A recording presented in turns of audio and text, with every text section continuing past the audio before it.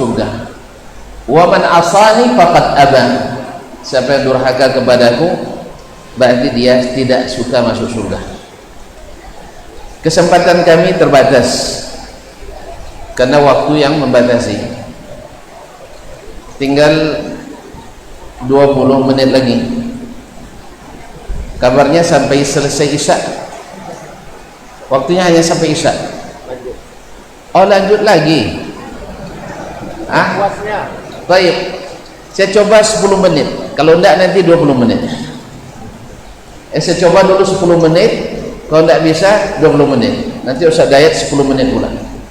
Selepas itu, lepas isya kita lihat perkembangannya nanti. Kaum muslimin dan muslimat, judul yang diberikan adalah di sini kita menyemai, di sana kita menuai. Ini artinya kita bercocok tanam, karena menyemai itu bercocok tanam.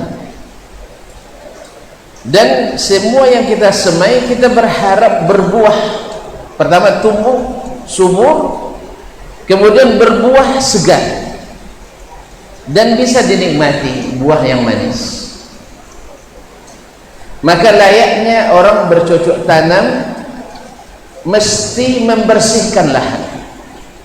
Ini iko yang biasa bakabun paham, uang baladang paham, apalagi mengasang. Ada nampak nama mengasang? Iko wajah-wajah tidak ada pandai ngasang, abang tak jawab ya? Mengasang mesti disiangi dulu, mesti dibersihkan lahan dulu, karena kalau ditanam langsung kemungkinan besar tidak tumbuh, dan kalaupun tumbuh tidak subur, dan batang yang tidak subur tidak menghasilkan buah yang baik. Oleh itu Nabi SAW memulai dakwahnya dengan membersihkan lahan. Seluruh kejahilan manusia, baik di bidang keyakinan atau di bidang ibadah atau di bidang muamalat, akhlak dan adab, yang tumbuh seperti semak-semak belukar, bahkan menjadi pohon-pohon yang besar yang mengganggu tanaman lain. Nah, ini yang dibersihkan oleh Nabi SAW. Maka dalam proses tanam menanam yang paling berat itu adalah membuka lahan. Ya, ikan wawa di sensor, kau wawa di sensor. Kalau basiang enggak pakai sensor basiang. Nah, yang paling berat itu. Maka ketika semak-semak akidah, semak-semak ibadah tumbuh di Makkah, keyakinan syirik, ibadah bercampur dengan syirik, yang seperti ini tak akan bermanfaat kalau ditanam syariat, ditanam amalan-amalan berat. Maka Nabi SAW sesuai dengan manhaj ilahi membersihkan dulu lahan ini. Nah, lahan yang sudah dibersihkan kemudian dibajak, dipersiapkan, dan memang lama waktunya.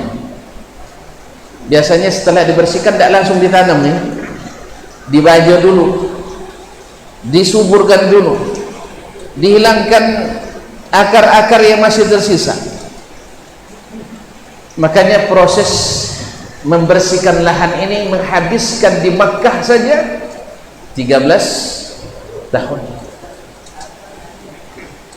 Dan selanjutnya seiring dengan berjalannya dakwah Nabi SAW setelah hijrah, di samping menanam juga menyingkirkan semak-semak, tapi tidak sebesar semak di Makkah.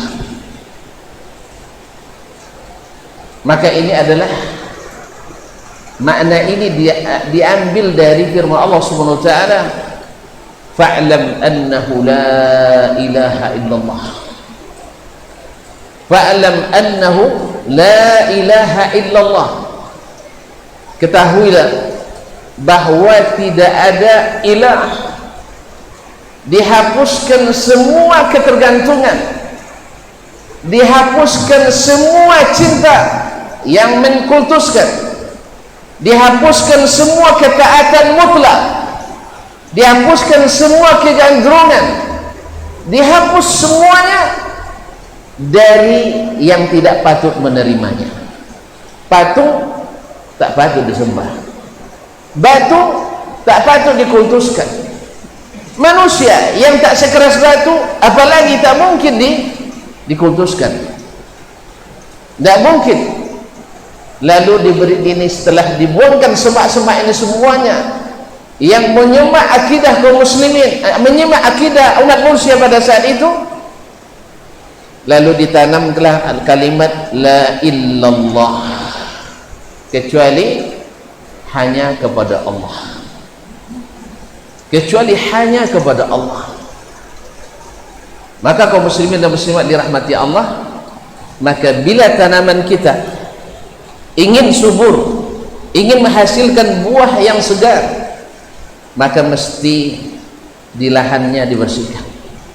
Semua ketergantungan, semua ketaatan, semua penyucian yang diberikan kepada selain Allah itu dibuang. Lalu ditetapkan kecuali hanya kepada Allah Subhanahu wa ta'ala. Wa may yakfur bit-taghut wa yu'min billah faqad istamsaka bil urwatil wuthqa lam fisama laha wallahu sami'un alim. Siapa yang kufur kepada taghut. Apa makna taghut? Kullu ma'budin illallah, segala yang diibadahi selain Allah, baik dengan berharap, baik dengan berdoa, baik dengan bernazar, baik dengan menyembelih, atau dengan berkorban, bernazar, ini semuanya dihilangkan.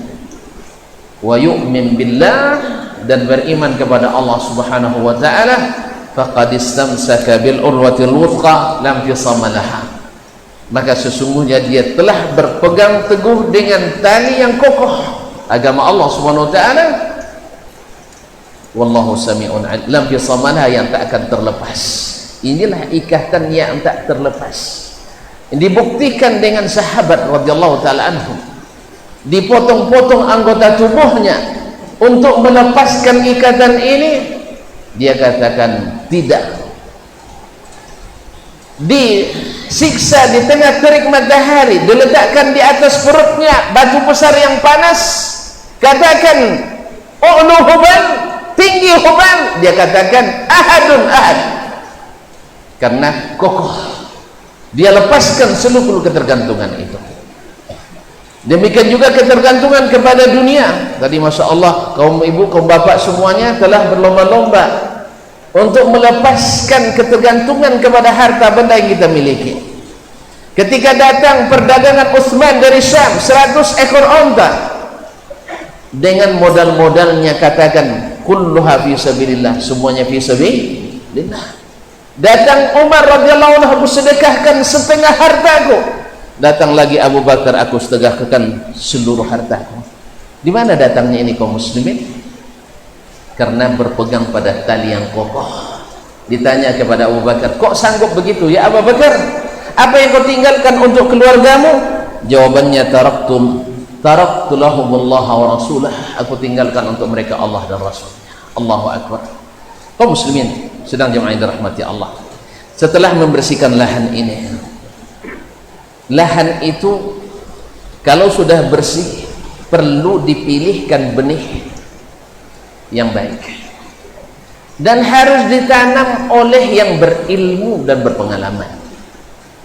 Ilmu bukan hanya akademisi, tidak melalui strata 1, 2, dan 3. Nabi kita tidak kuliah, tetapi dia a'lamun nasi billah, orang yang paling alim kepada Allah, wa atqahum lah, dan yang paling takwa kepada Allah. Jadi ilmu tidak diukur dengan prestasi, dengan nilai summa kam laut, walaupun itu tidak masalah, tetapi ilmu dinilai dari apa? Daripada keaslian dan orisinilitasnya. Apakah ilmu ini asli atau tidak. Tuan-tuan kalau nak menanam sawit, tanya bibit yang terbaik kepada ahlinya. Tak mungkin tanya sama Ustaz Das Masuk Hidayat tentang bibit sawit, dia tidak punya ilmunya. Apalagi saya, dia aja yang hidup di tengah kebun sawit nggak tahu dia bibit sawit yang bagus, apalagi saya yang hanya ngiler aja ingat kebun sawit. Kaum muslimin dan muslimat, nah demikian juga bibit yang akan kita tanam untuk agama ini. Waktu saya tinggal 1 menit, kita tanyakan kepada yang ahli, dan tidak ada yang lebih ahli dalam mengenali bibit yang baik yang akan menumbuhkan sehingga memeliharanya tidak terlalu sulit kecuali Rasulullah sallallahu alaihi wasallam. Maka ambil bibitnya dengan ilmu yang sahih dari kitabullah dan sunnah Rasulullah sallallahu alaihi wasallam, karena terbukti dengan Al-Quran dan sunnah saja Rasul membentuk sebuah negara yang sukses, sesukses-suksesnya negara sepanjang sejarah. Nabi bisa mendidik generasi, sebaik-baik generasi, khairul quruni qarni, dengan Al-Quran dan sunnah saja. Nabi bisa mencerdaskan bangsa dengan Al-Quran dan sunnah. Nabi bisa menyukseskan pembangunan ekonomi dengan Al-Quran dan sunnah saja, karena bahannya asli, original, datang dari Sang Ilahi, karena dia yang maha mengetahui apa yang baik untuk kita. Mudah-mudahan ini bisa bermanfaat. Selanjutnya dilanjutkan oleh Kiai Haji Dr. Hidayatullah Ismail Al-Jamaah, dipersilakan. Bismillahirrahmanirrahim. Assalamualaikum warahmatullahi wabarakatuh. Waalaikumsalam warahmatullahi wabarakatuh. Alhamdulillahi ala ihsani wa syukru lahu ala taufiqihi wa imtinani. Asyhadu an la ilaha illallah wahdahu la syarika lah ta'ziman li sya'nihi, wa asyhadu anna Muhammadan 'abduhu wa rasuluhu ad-da'i ila ridwani. Ikhwani wa akhwati fi din, hafizallahu wa ra'akum. Yang saya muliakan guru saya Dr. Dasman dari Al SMA, kaum muslimin dan muslimat yang semoga senantiasa dirahmati Allah Subhanahu wa taala. Ketika kita mampu memilih bibit yang bagus yang akan kita tanam di lahan yang subur dan bersih yang sudah kita pilih pula, maka kemudian kita orang-orang beriman yang memiliki tauhid yang benar akan menuai banyak kebaikan di sisi Allah Subhanahu wa taala. Rasulullah sallallahu alaihi wasallam dalam sebuah hadis qudsi meriwayatkan Allah Subhanahu wa taala bahwa orang-orang yang bertauhid yang benar dari sisi akidahnya, maka dia akan menuai ampunan dari Allah Subhanahu wa taala atas segala dosa-dosa. Allah Subhanahu wa taala mengatakan dalam hadis qudsi, "Ya ibn Adam, innaka law ataitani bi qurabil ardi khataya." Wahai bani Adam, jika engkau datang di hari kiamat membawa pahala dengan sepenuh bumi ini, thumma laqitani la tusyrik bi syai'a, engkau datang kepadaku dengan syarat engkau tidak mensyirikkan aku dengan satupun, la ataituka bi qurabiha maghfiratan, aku akan datang, aku akan jemputmu dengan ampunan seluruh bumi pula, tapi dengan satu syarat, yaitu tidak mensyirikkan Allah Subhanahu wa taala. Kaum muslimin rahimakumullah, ahli tauhid akan menuai syafaat dari baginda sallallahu alaihi wasallam. Ada sebuah kisah yang menarik, dialog yang terjadi antara Rasulullah sallallahu alaihi wasallam dengan sahabat Nabi yang mulia Abu Hurairah radhiyallahu taala anhu. Dikatakan kepada Rasulullah sallallahu alaihi wasallam, "Ya Rasulullah, man as'alun nasi bi syafa'atika yaumil qiyamah?" Wahai Rasul, siapa di antara orang yang paling berbahagia? Mungkin banyak orang berbahagia dari zaman kelak, tapi ada orang yang paling berbahagia dikarenakan mendapat syafaat dari Nabi sallallahu alaihi wasallam di hari kiamat kelak.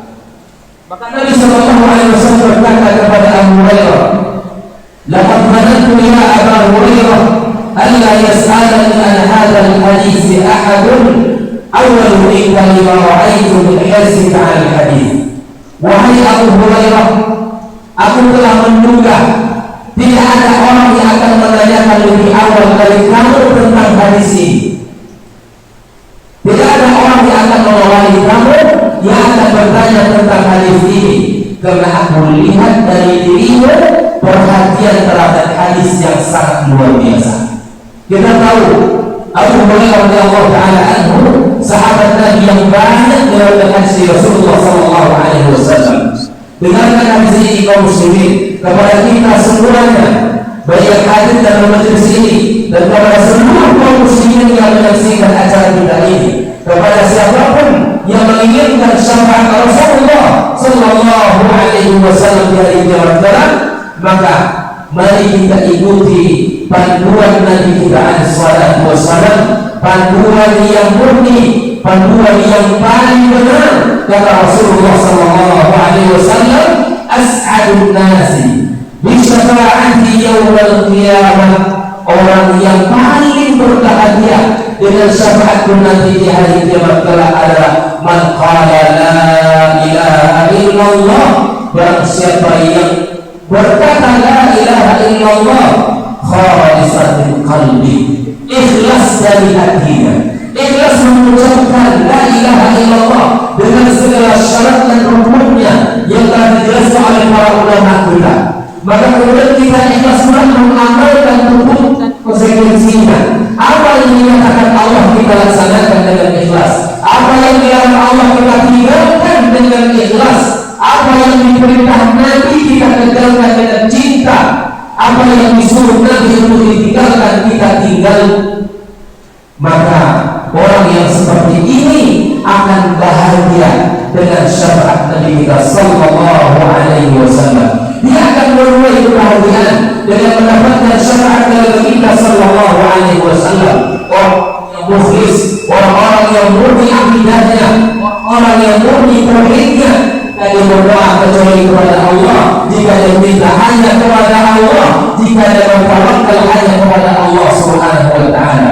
Tidak ada yang besar di dunia kecuali Allah, dan tidak ada yang lebih agung di dunia kecuali Allah subhanahu wa ta'ala. Jika anda kita semua memiliki masalah sebesar apapun kaum muslimin, hamparkan sajalah kita. Mohonlah kepada sang pemilik bumi dan seisinya, pemilik langit dan bumi, dan pemilik antara keduanya, Allah yang akan mengabulkan permintaan kita. Kaum muslimin rahimahumullah. Lanjut. Baik. Ada sebuah kisah. Rasulullah sallallahu alaihi wasallam ketika berada di depan Abdullah bin Amr bin Al-As, beliau berdoa mengatakan, Allahumma ummati ummati, ya Allah umatku, ya Allah umatku. Summa baka Rasulullah sallallahu alaihi wasallam. Rasulullah mengangkat dan kemudian mengatakan, memberikan, memohon kepada Allah azza wa jalla agar Allah selamatkan umatnya. Maka kemudian Nabi kita sallallahu alaihi wasallam menangis. Nabi kita mengucurkan air mata. Allah melihat nabinya. Maka kemudian dia mengutus Jibril alaihi salam, ya Jibril, idhab ila Muhammad, idhab ila Muhammad, kamu pergi kepada Muhammad, wa rabbuka a'lam, Rabbul lebih tahu dari kamu. Fasalhu ma yubki. Wahai Jibril, tanyakan kepada Muhammad sallallahu alaihi wasallam, apa yang membuat kamu menangis wahai Muhammad? Apa yang membuat kamu menangis dalam permintaan dan doamu? Maka kemudian Nabi sallallahu alaihi wasallam mengatakan perkataan yang diminta dalam doanya, yaitu kita kaum muslimin sebagai umatnya, agar Allah selamatkan. Allah tidak ridho kita ini diazab Allah. Allah tidak, Nabi Muhammad SAW tidak ridho kalau kita ini disiksa oleh Allah subhanahu wa ta'ala. Maka dia mohon sampai menangis kepada Allah agar Allah selamatkan kita di hari kiamat kelak. Maka kemudian Jibril datang kepada Allah mengadukan apa yang disampaikan oleh Muhammad SAW. Allah lebih tahu apa yang diminta oleh Nabi kita SAW. Lalu kemudian Allah memerintahkan kedua kalinya kepada Jibril alaihissalam, wahai Jibril, katakan kepada Muhammad, inna sawbika fi ummatika wala nasub. Perhatikan kaum muslimin, Allah akan membuatnya ridha pada apa yang Allah berikan kepada umat. Coba lihat, Allah meridhai kepada Muhammad sallallahu alaihi wasallam, maka mukmin yang bertauhid dia akan mendapatkan ridha Allah azza wa jalla, dan Allah tidak akan memilih hambanya, Allah tidak akan menyakiti hambanya. In khairan fa khairun, jika amalnya di dunia ini dia kebaikan, maka Allah akan memberikan kepada balasan kebaikan di akhirat kelak.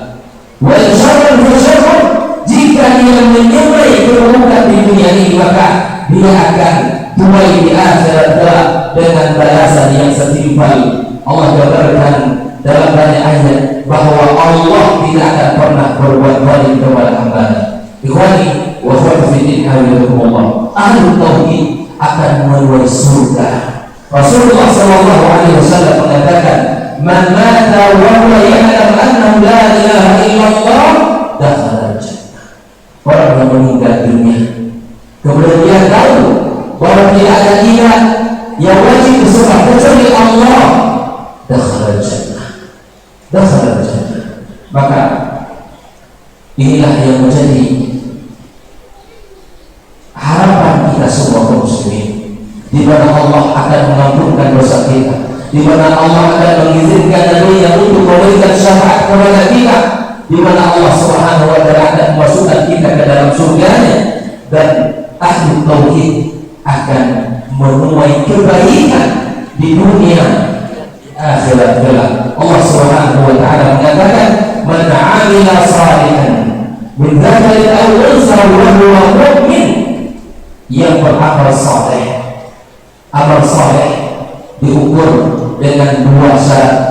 Yang pertama adalah ikhlas karena Allah, yang kedua adalah mutaba'atul Nabi sallallahu alaihi wasallam. Itu amal yang berkualitas, amal yang sangat bernilai di sisi Allah azza wa jalla.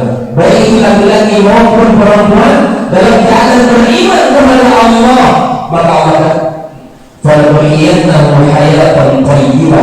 Ahli tafsir mengatakan akan Allah berikan kepada kita ahli tauhid kehidupan yang baik di dunia ini.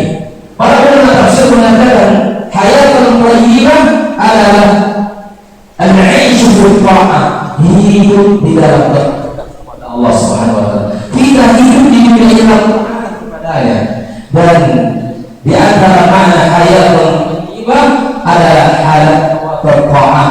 Dia akan merasakan betapa manisnya, lezatnya ketaatan kepada Allah Subhanahu wa taala. Sesungguhnya keimanan itu ada rasa, ketaatan itu ada rasa. Orang yang sudah betul mengambil ilmu kemudian dia mengamalkan sesuai pemahaman yang benar, insya Allah dia akan merasakan manisnya ketaatan itu. Dia akan merasakan indahnya dan lezatnya dunia ini. Dan dia sebelum keluar dari dunia merasakan atyadu syai'in ma fiha. Kata Malik bin Dinar, kharaja ahlud dunya min ad-dunya, ada orang yang keluar dari kaum muslimin, walakinnahum, mereka tidak, lam yadhuqu atyadu syai'in fiha, tapi mereka sungguh sangat disayangkan, belum pernah merasakan manisnya, enaknya berzikir, beribadah kepada Allah Subhanahu wa taala. Ahli tauhid dia akan merasakan manisnya beribadah kepada Allah. Orang-orang yang sudah mengenal sunnah Rasulullah, orang-orang yang sudah mengaji, yang sudah faham, yang menjadi ukurannya qala Allah wa qala Rasulullah, maka dia akan merasakan manisnya melaksanakan syariat ini. Apapun kata orang, apapun kata ilan dan fulan, dia tidak akan peduli, dia tetap istiqamah ya kepada Allah azza wa jalla. Innal ladzina qalu rabbuna Allah tsumma istaqamu, orang-orang yang mengatakan Rabb kami adalah Allah, dia beristiqamah di jalan Allah Subhanahu wa taala, tatanazzalu 'alaihimul malaikah. Malaikat-malaikat Allah akan turun mengatakan kepada mereka, alla takhafu wa la tahzanu. Jangan kalian takut, jangan kalian bersedih. Wa abshiru bil jannati allati kuntum tu'adun.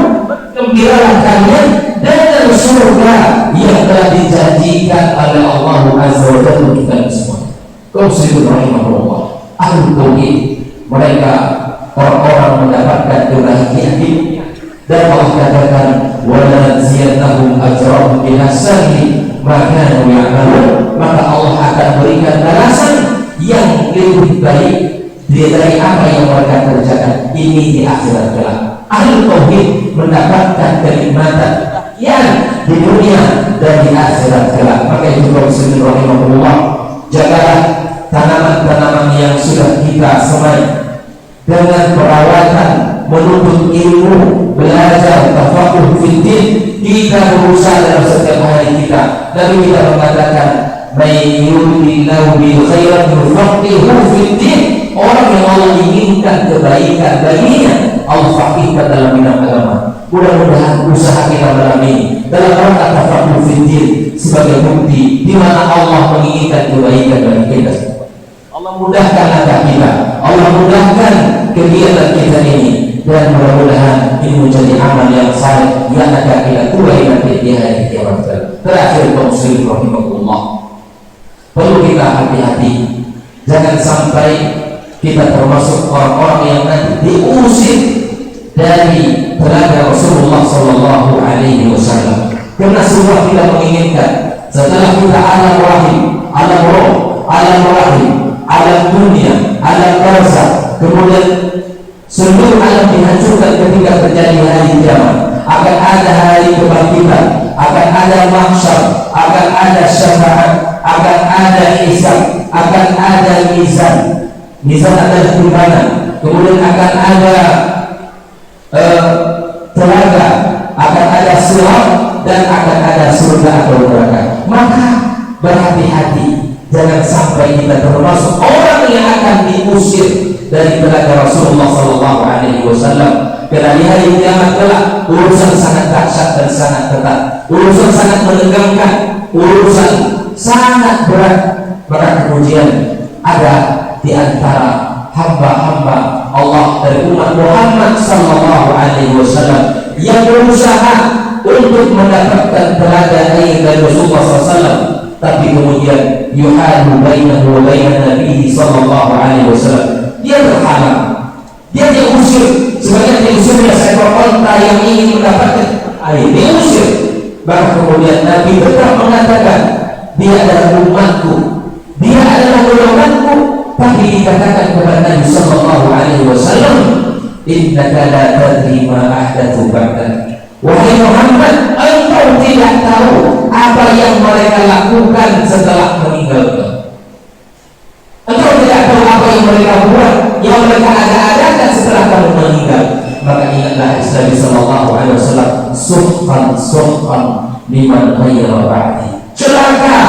Celakalah orang yang telah merubah-rubah agama setelah.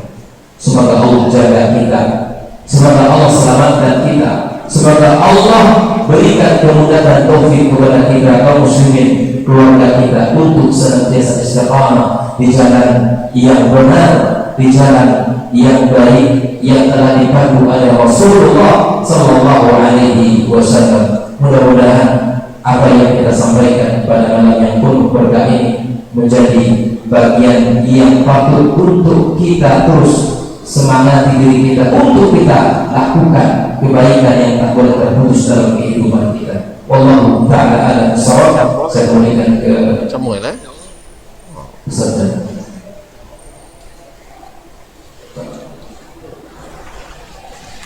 Baik, terima kasih kepada Ustaz.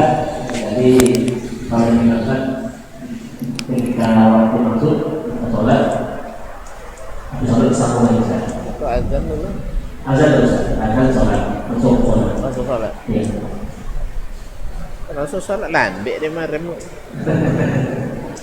Amo azan langsung lah. Ya, azan langsung sama dah lah mono dia.